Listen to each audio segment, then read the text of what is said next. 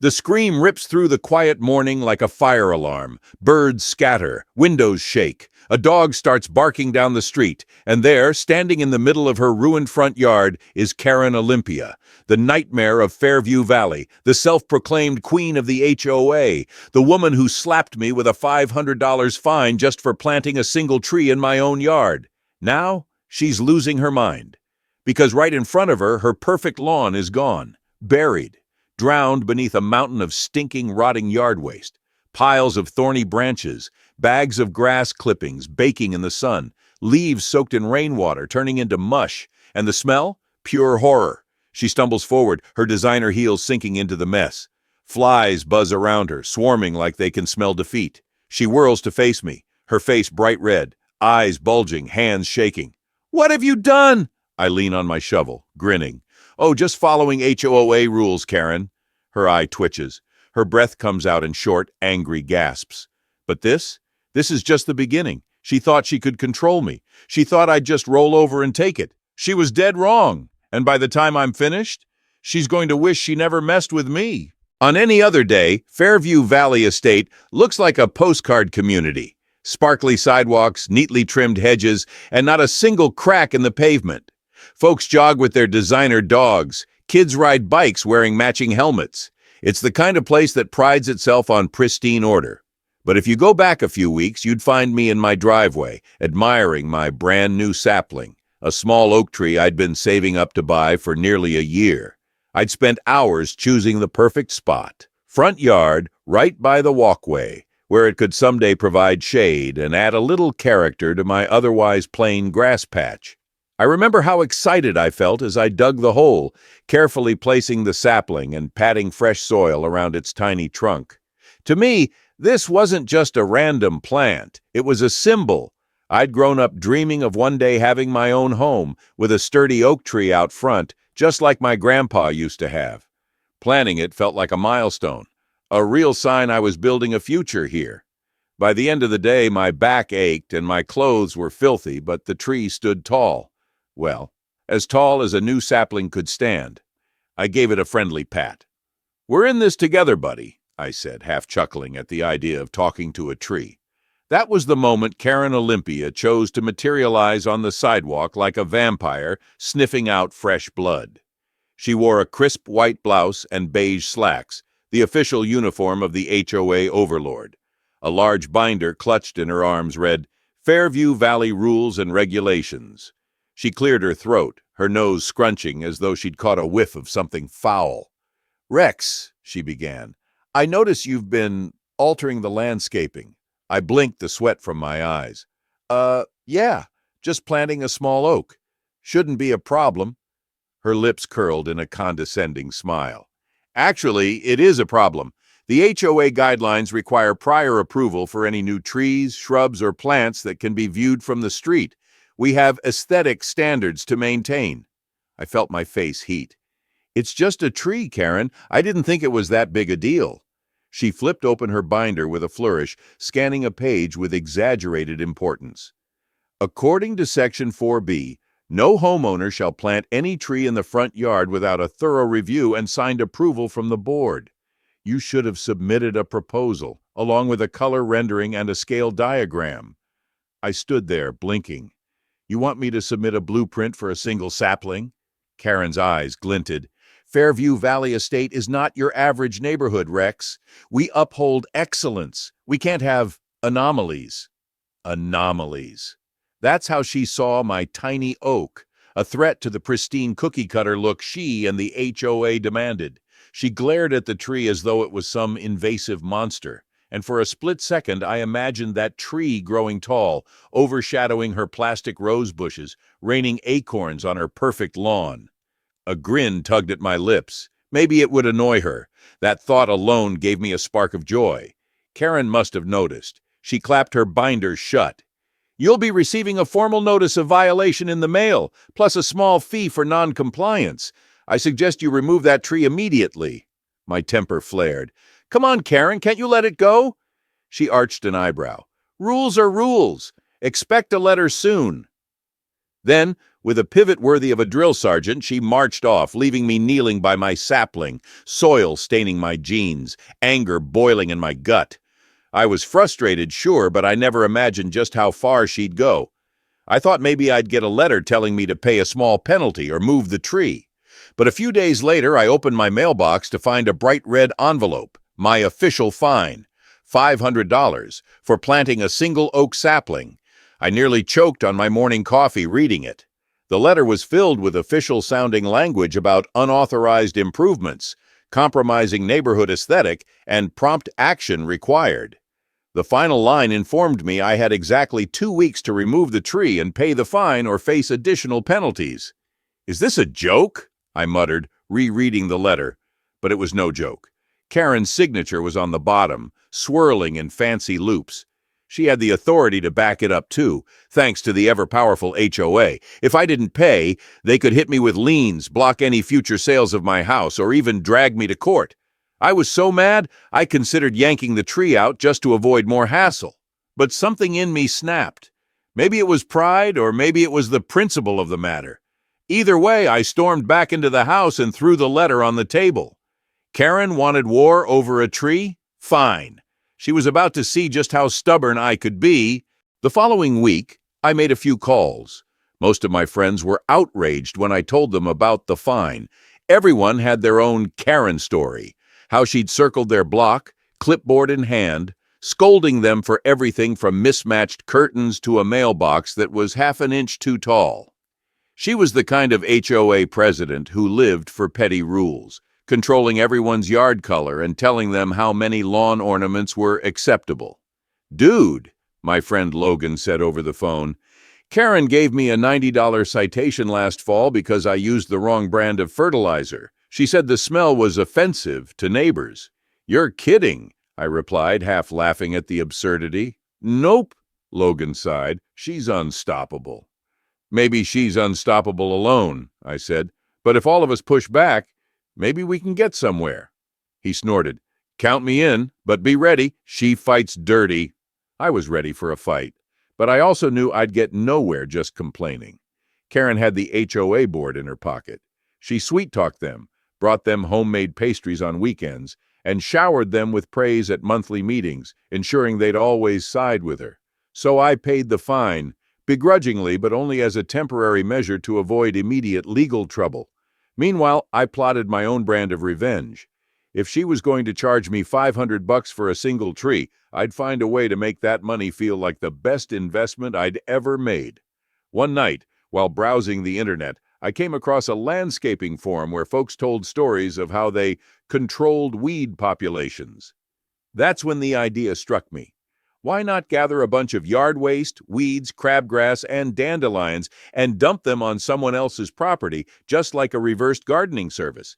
It was crazy, ridiculous, probably childish, but it was also so tempting I couldn't push the thought out of my head. I imagined Karen's pristine lawn buried under a jungle of weeds and rotting clippings. The vision was so sweet I actually laughed out loud, scaring my cat off the couch. Sure, it would be petty, but so was fining me $500 for a small oak tree. A plan started to form in my mind. I knew a couple of local landscapers from my gym, guys who had trucks, tarps, all that stuff. Maybe they'd help me out for a little side pay. All I needed was the right timing. The next day, I approached one of them, Jake, a beefy dude with arms the size of tree trunks, and explained my idea in careful words. "I need a big job done," I said, trying to sound all businesslike. "I want to get rid of a giant load of yard waste and dump it somewhere specific at night." Jake narrowed his eyes suspiciously. "That's not exactly standard landscaping, Rex. Kinda sounds like you want to commit yard sabotage." I paused, considering how to frame it. "Look, Karen Olympia messed with me. I want to send her a message. I'm not looking to damage property, just make a statement." Jake scratched his chin. "I mean, do you want me to dump weeds or something?" I nodded eagerly. "Yeah, basically, I'll pay well." He sighed. "Well, as long as it's just yard waste and not like toxic chemicals or anything that'll kill her lawn forever." Then he shrugged. "All right, fine. If the pay's good, I'll do it. But no cops, okay?" "No cops," I promised. We shook on it. And just like that, the wheels of my revenge machine started turning. The next few days, I waited and watched, making sure Karen stuck to her usual routine, leaving the house at 8 a.m. sharp to attend her yoga classes, returning around noon to patrol the neighborhood. She was like a hawk, always on the lookout for any perceived violation. But something unexpected happened that nearly threw off my entire plan. Karen abruptly scheduled an emergency HOA inspection, targeting my property again, this time claiming my trash cans weren't placed at the approved angle for pickup day. Seriously, she had a rule for everything, right down to how you angle your trash bin at the curb. She marched up my driveway early one morning, wearing her usual power suit and heels. "Rex," she snapped, "we need to talk. I filed another violation. You have 24 hours to correct this or face additional fines." I stared at her, baffled. "You're writing me up for the angle of my trash cans?" She gave a tight-lipped smile. "Correct. You see, the guidelines say they should be parallel to the curb, but yours are at a slight diagonal. It makes the street look messy." I nearly choked with anger. "Messy? Karen, you realize it's trash day, right? They'll be emptied in a few hours." She shrugged. "Rules are rules." It took every ounce of restraint not to explode then and there, but I managed to keep my cool, reminding myself that soon her perfect grass would be drowning in 500 tons of yard waste. Then came the twist I wasn't expecting. Karen walked around to my backyard, yanking open my gate without even asking. She had no right to do that. Private property, you know. But apparently being HOA president gave her a sense of absolute power. I followed, protesting, "You can't just barge in, Karen," she scoffed. "Don't be dramatic. I have to check if you're harboring any unauthorized structures." "Unauthorized structures?" My voice echoed with disbelief. "Karen, this is my property." She ignored me, scanning the backyard with narrowed eyes. That's when she froze, staring at my half-finished deck extension. I'd been building a small platform to hold a barbecue grill, something I was sure didn't require any special permission. But from the look on her face, you'd think I was hiding nuclear missiles. "This is unacceptable," she hissed, jabbing a finger at the wooden frame. "You're expanding without a permit. That's a major violation. You're looking at $1,000 fine at least." My stomach lurched. $1,000 for a simple deck expansion? She smirked. "Unless, of course, you're willing to tear it down voluntarily, then maybe we can reduce the fine." I felt my blood pressure spike, palms sweating. She was blackmailing me, right in my own backyard with that smug expression. Part of me wanted to shout or toss my hammer at her, but I forced myself to remain calm. I realized in that moment that revenge was no longer just about me dumping weeds on her lawn. I had to protect my own finances, my property. My original plan, 500 tons of yard waste, had to be done quickly before she drained my bank account with bogus fines. If she was playing dirty, then so was I, but with an extra heaping of comedic chaos. "Fine," I said through clenched teeth. "I'll handle it." She gave a prim nod. "See that you do." And with that, she strutted away, her heels clacking like a judge's gavel on pavement. Night fell on Fairview Valley Estate like a velvet curtain. The moon hung low, illuminating rows of identical houses, each with a near-identical yard, all carefully monitored by the watchful eye of Karen Olympia. Perfect lawns, immaculate flower beds, uniform fences. Seriously, if you'd driven through our neighborhood at midnight, you might have thought it was some Stepford Wives set. But that night, I had a different plan in motion. At around 2 a.m., when most normal folks were sound asleep, Jake and his landscaping buddies arrived in a massive truck.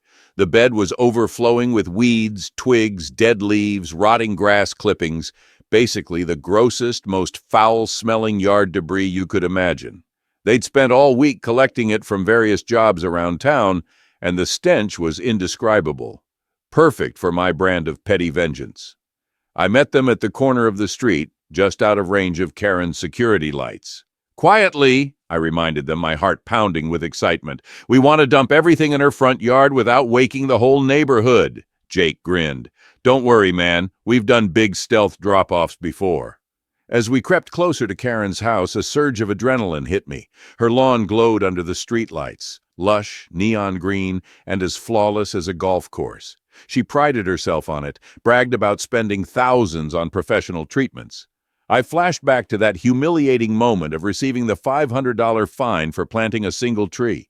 My fists clenched involuntarily, remembering her smirk and how powerless I felt. No more. This was my answer. The truck rumbled quietly onto the curb. I hopped out, tiptoed across her driveway to check if any lights were on inside.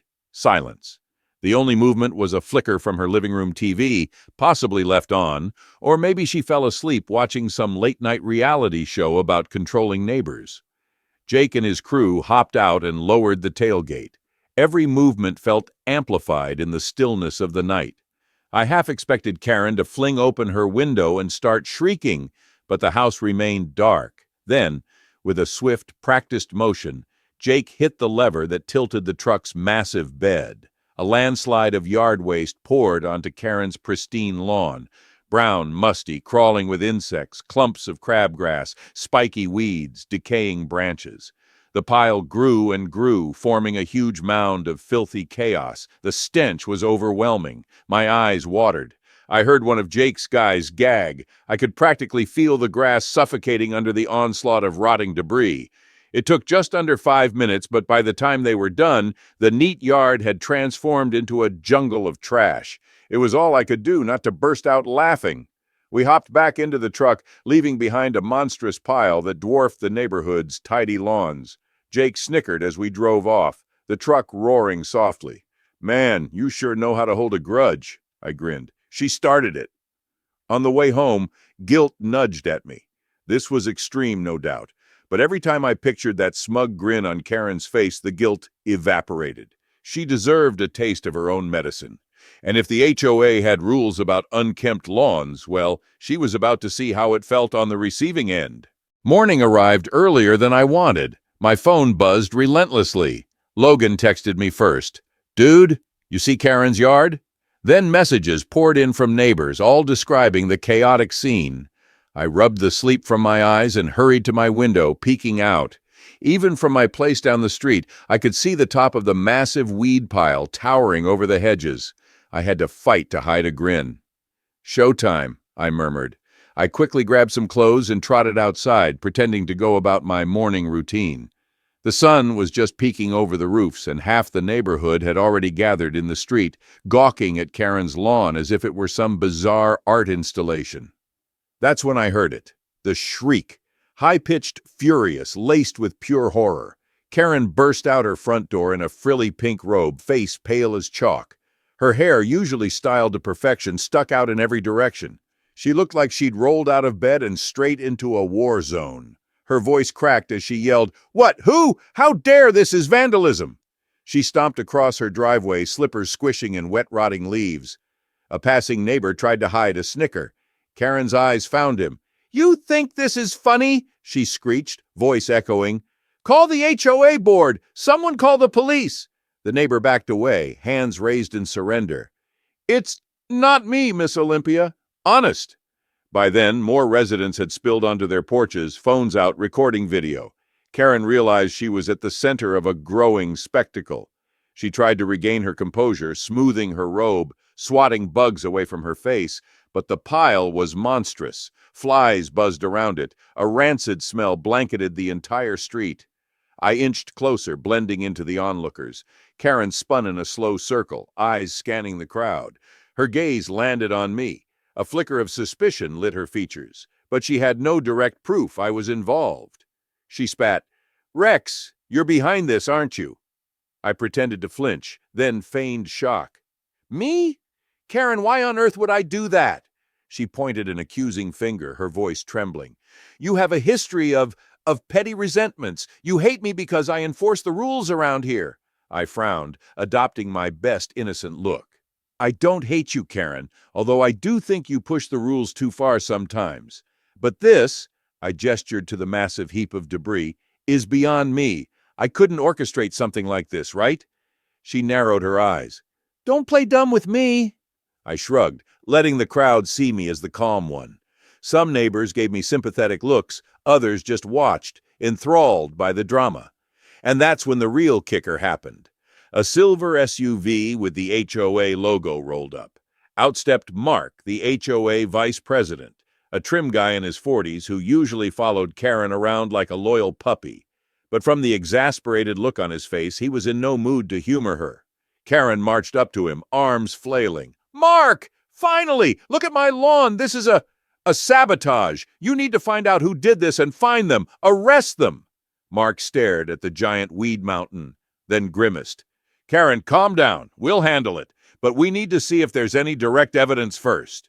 She shot him a furious glare. "Evidence! Look at it! This is evidence!" he sighed. "I mean evidence of who did it. We can't just accuse people without proof." He gave me a lingering glance, but I kept my face neutral.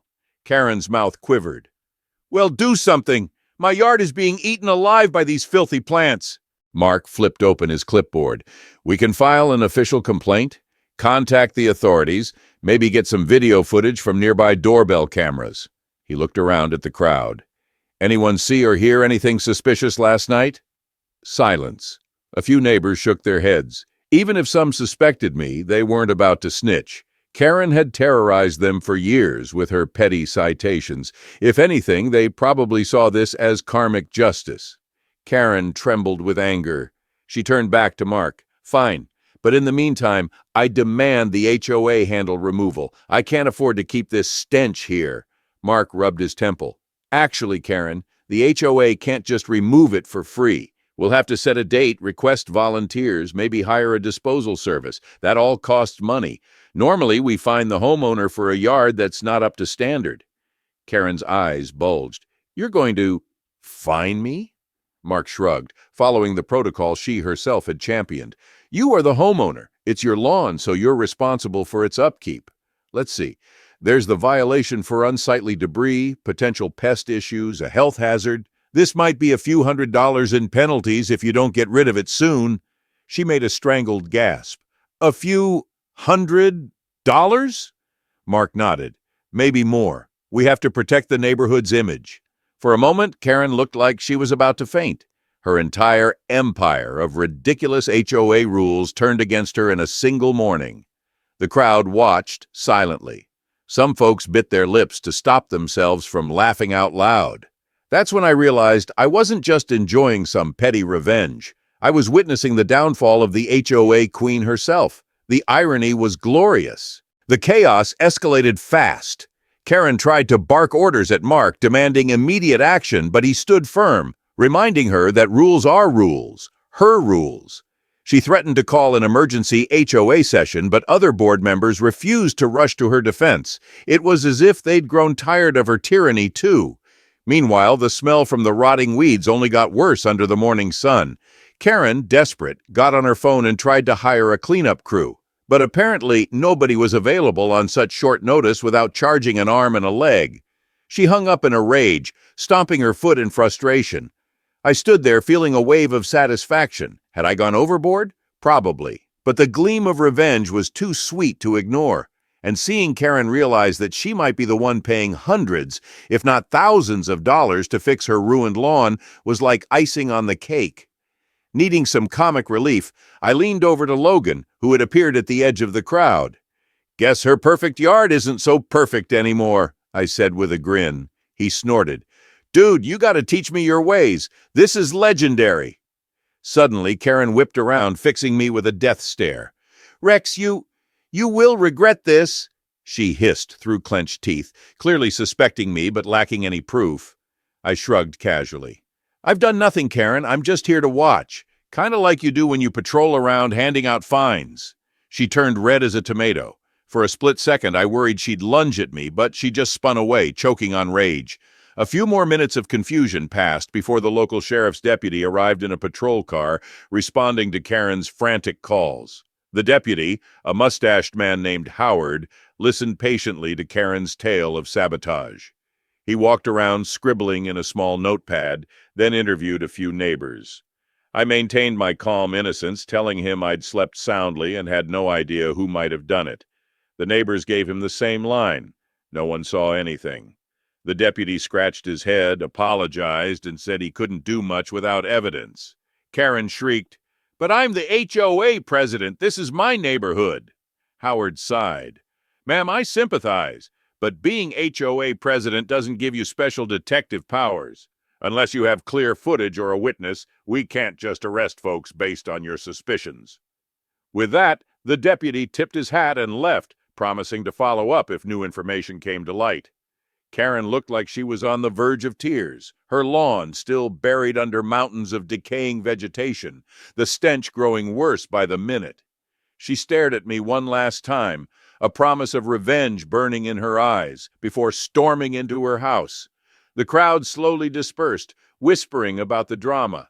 Some folks gave me subtle nods or thumbs up, like they knew, or at least strongly suspected, that I was behind this act of rebellious yard warfare.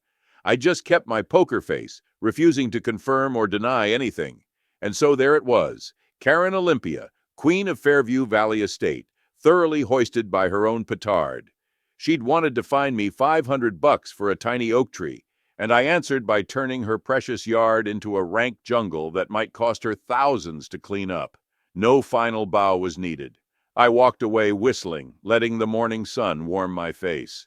The sight of Karen's ruined lawn in my rear view was more than enough closure. I'd done what I set out to do, hit her pride, her pocketbook, and her beloved standards. Sure, she might come at me again later, but for now, I had my victory. And if she did try something else, well, let's just say I had a few more truckloads of weeds up my sleeve.